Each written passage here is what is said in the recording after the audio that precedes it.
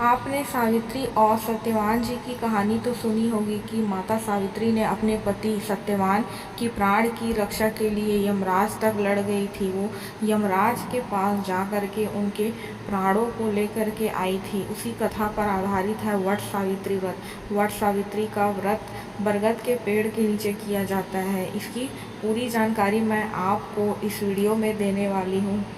इस वीडियो को आप आखिरी तक ज़रूर देखना। इसमें मैं आपको पूजा विधि, व्रत कथा, पूजा सामग्री और आपको इस व्रत में क्या एक चीज़ ज़रूर करना है, उन चीज़ों को बताऊंगी। तो आप वीडियो को अधूरा बिल्कुल मत देखना, क्योंकि आपको समझ नहीं आएगा।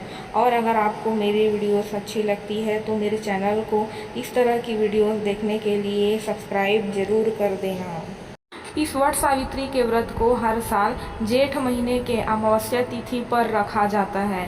इस शुभ तिथि पर वट वृक्ष की पूजा की जाती है। धार्मिक मान्यता के अनुसार इस व्रत को करने से पति की लंबी आयु होती है और साथ ही महिलाओं को संतान की प्राप्ति होती है। इस व्रत को करने के दिन यानी कि जिस दिन वट सावित्री का व्रत है उस दिन वट वृक्ष के टहनियों को नहीं तोड़ा जाता। अगर आप अकेले में घर में पूजा करना चाहते हैं तो वट सावित्री व्रत के एक दिन पहले बरगद के वृक्ष के टहनी को तोड़कर ले आएं और उसे गमले में लगा करके उसकी आप अकेले में भी पूजा कर सकते हैं। इस साल जेठ माह की अमावस्या तिथि की शुरुआत 26 मई को दोपहर 12:11 से होगी और अगले दिन यानी कि 26 मई को सुबह 8:31 पर खत्म होगी। इस प्रकार वट सावित्री का व्रत 25 मई को किया जाएगा। अब इसकी पूजा विधि और शुभ मुहूर्त को देख लेंगे हम। सबसे ज़रूरी चीज़ और वो है इस दिन के शुभ मुहूर्त। सबसे पहले ब्रह्म मुहूर्त है, सुबह 4:03 से 4:44 तक रहेगा। दूसरा मुहूर्त विजय मुहूर्त होता है, जो दोपहर 2:36 से लेकर 3:31 तक का रहेगा। और सबसे शुभ मुहूर्त जिस मुहूर्त में लोग पूजा किया करते हैं वो है गोधूली मुहूर्त। शाम 7:16 से 7:26 तक रहेगा। और रात्रिकालीन निशितम मुहूर्त है 11:58 से 12:39 पर। तो ये है वट सावित्री व्रत के पूरे दिन की शुभ मुहूर्त। इस मुहूर्त में आप पूजा करेंगे तो वो ज़्यादा शुभ रहेगा। वट सावित्री व्रत के पूजा सामग्री को देखेंगे। इसमें आपको चाहिए होगा एक वट वृक्ष।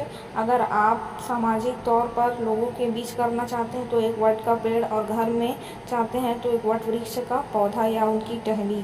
देसी घी चाहिए आपको, भीगा हुआ काला चना, मौसमी फल, और आजकल आम मिल रहा है तो आपको इस व्रत में आम को ज़रूर शामिल करनी चाहिए। अक्षत चाहिए, धूप बत्ती चाहिए, गंगा जल चाहिए, मिट्टी का घड़ा, पान सुपारी, सिंदूर, हल्दी और मिठाइयाँ। साथ ही आपको फूल चाहिए।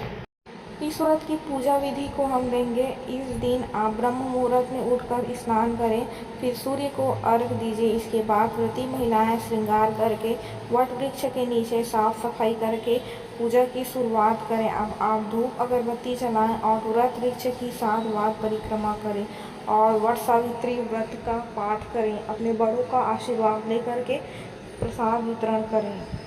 व्रत के दिन आप नया कपड़ा पहन सकते हैं। आप ध्यान रखें कि इस दिन आपको किसी की बुराई नहीं करनी है और आपको पूरे दिन सकारात्मकता का रखना है। पूजा के एक दिन पहले यानी कि व्रत के एक दिन पहले आपको साफ़ सफाई का पूरा ध्यान रखना है। और आपका जो शादी का जोड़ा है आप इस दिन वो भी पहन सकते हैं। महिलाओं को पूरा 16 श्रृंगार करके ही पति के लिए जितना भी व्रत आता है उन सभी व्रतों को रखना चाहिए। और ये वीडियो आपको कैसी लगी मुझे आप कमेंट्स करके ज़रूर बताएं।